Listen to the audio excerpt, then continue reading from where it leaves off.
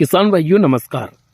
किसान भाइयों, इस टाइम पर बहुत सारे किसान भाइयों के कमेंट प्राप्त हो रहे हैं और किसान भाई पूछ रहे हैं कि हम लहसुन में पिलासपन को किस प्रकार से ठीक कर सकते हैं।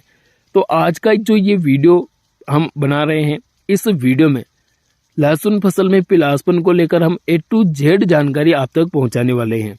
चाहे किसी भी प्रकार से लहसुन में पिलासपन आ रहा है, उस पिलासपन को ठीक करने का समाधान इस वीडियो में आपको मिलने वाला है। तो अगर आपकी लहसुन भी पीली पड़ रही है तो फिर यह वीडियो आपके लिए ही बनाया गया है। तो आप इस वीडियो को अंत तक पूरा देखें और सबसे पहले तो आप हमें फॉलो कर लीजिए। बहुत सारे किसान भाई फॉलो नहीं करते हैं, तो सबसे पहले आप फॉलो कर लीजिए, वीडियो को लाइक और अधिक से अधिक किसान भाइयों तक वीडियो को शेयर जरूर कीजिए।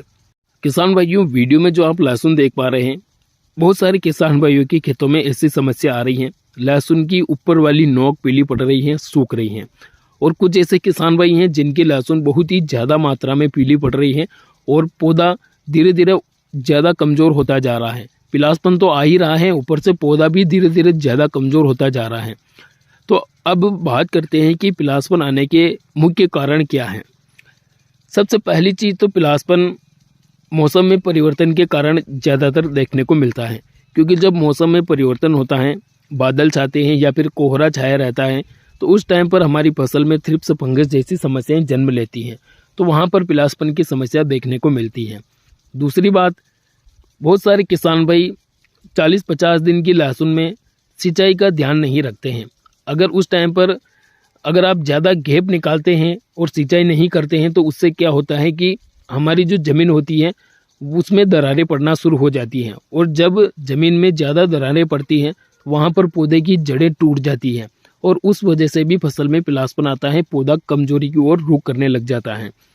इसके अलावा फसल की जड़ों में कई प्रकार के कीट और फंगस लग जाते हैं, इस वजह से भी पिलासपन की समस्या देखने को मिलती है। वहीं कुछ खाद्य पोषक तत्वों की कमी के कारण पिलासपन की समस्या देखने को मिलती है। तो अब बात करते हैं कि इस सभी समस्याओं को हम कैसे ठीक करें। किसान भाइयों, आगे बात करें उससे पहले मैं आपको बता देता हूं कि जो भी दवाइयां, जो भी खाद हम आपको बताएंगे, उनमें थोड़ा बहुत खर्चा होगा। तो आप अगर पिलासपन की समस्या को दूर करना चाहते हैं तो फिर आपको थोड़ा बहुत खर्चा अपनी फसल में करना ही पड़ेगा। सबसे पहले बात करते हैं कि अगर हमारी फसल में मौसम से संबंधित पिलासपन आ रहा है, थ्रिप्स फंगस जैसी समस्याएं हमारी फसल में जन्म ले रही हैं और जड़ों से संबंधित कोई बीमारी है, तो उसको हम कैसे ठीक करें। तो सबसे पहले स्प्रे की बात करते हैं। स्प्रे में आपको एक बढ़िया कीटनाशक लेनी है, जिसके रूप में आप सिजेंटा कंपनी की एलिका ले सकते हैं, जिसके अंदर थाइमेथाक्सम 12.6% और लेमडासाइलोथ्रीन 9.5% जेडसी फॉर्म में पाया जाता है। इसके साथ में धानुका कंपनी की कोनिका फंगिसाइड और बैक्टीरियासाइड के रूप में आपको लेनी है। साथ में NPK 19-19-19 आपको लेना है। किसान भाइयों, इन सभी को आपको घोल बनाकर अपनी लहसुन में ऊपर से स्प्रे कर देना है।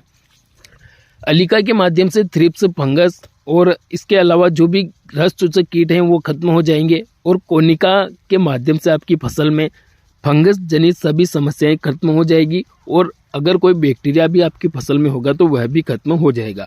और NPK 19-19-19 से आपकी फसल में नाइट्रोजन, फास्फोरस, पोटास की पूर्ति होगी, जो पिलासपन को रिकवर करने में ज़्यादा मदद करेगी। तो आपको ये स्प्रे करना है। किसान भाइयों, इसके अलावा अगर जड़ों में कीट फंगस लग रहे हैं तो आपको जड़ों से संबंधित एक बढ़िया कीटनाशक लेना है, जिसके रूप में फिप्रोनिल आप दानेदार वाला ले सकते हैं, कम से कम 5 किलोग्राम प्रति एकड़ की दर से। और फंगिसाइड के रूप में आप 1 किलोग्राम कार्बेंडाजिम मैनकोजेब पाउडर, जो फंगिसाइड आता है, वो आप ले सकते हैं। इनको खाद के साथ में मिलाना है। कौन से खादों के साथ में मिलाना है वो हम आगे बात करने वाले हैं। अब रही बात खाद की, पोषक तत्वों की, तो खाद आपको कौन सा डालना है इसकी बात करें तो खाद के रूप में आपको कम से कम 40 किलोग्राम प्रति एकड़ की दर से यूरिया खाद लेना है। साथ में 10 किलोग्राम इफ्को कंपनी की सागरिका, 4 किलोग्राम PI कंपनी की बायोवीटा दानेदार, इनके साथ में 2 kilogram humic acid, 15 kilogram magnesium sulphate और 15 किलोग्राम कैल्शियम नाइट्रेट, ये सभी खाद आपको लेना है। और इन सभी खादों को एक पाल बिछाकर उस पर अच्छी तरीके से मिक्स कर लेना है और तुरंत अपनी लहसुन की फसल में डालकर उसकी पिलाई कर देनी है। ये खाद डालने के बाद, ये स्प्रे करने के बाद आपको कम से कम 5 दिन के अंदर रिजल्ट दिखाई देना शुरू हो जाएगा। आपकी लहसुन पूरी तरीके से रिकवर होना स्टार्ट हो जाएगी। लेकिन ध्यान रहे जब आप स्प्रे करेंगे तो खेत में हल्की फुल्की नमी होना चाहिए। और स्प्रे में जो भी आप दवाइयाँ लाते हैं वो दुकानदार की सलाह पर अलग अलग तरीके से गोल बनाएं। जिस प्रकार से दुकानदार आपको बताएगा उस प्रकार से आपको गोल बनाना है। सभी दवाइयों को एक साथ में नहीं मिलाना है, वरना गोल फट भी सकता है और खर्चा आपका बढ़ सकता है। और सिंचाई का मुख्य रूप से ध्यान रखें। और ये जो खाद आप डालेंगे ये 60 दिन से पहले आप अपनी लहसुन में डाल देना। अगर आपकी फसल 60 दिन से ऊपर हो चुकी है तो फिर ये खाद मत डालना, केवल ऊपर से स्प्रे कर देना। तो इस वीडियो में हमने पूरी जानकारी आपको बताई है कि किस प्रकार से आप पीलापन की समस्या को दूर कर सकते हैं। किसान भाइयों, अब आप सहमत हो गए हैं इस वीडियो से तो वीडियो को लाइक कर दीजिए और हमें फॉलो अगर आपने अभी तक नहीं किया है तो सबसे पहले फॉलो कर लीजिए। और हम मिलेंगे एक और नई जानकारी के साथ में अगले वीडियो में। तब तक के लिए धन्यवाद। जय जवान जय किसान।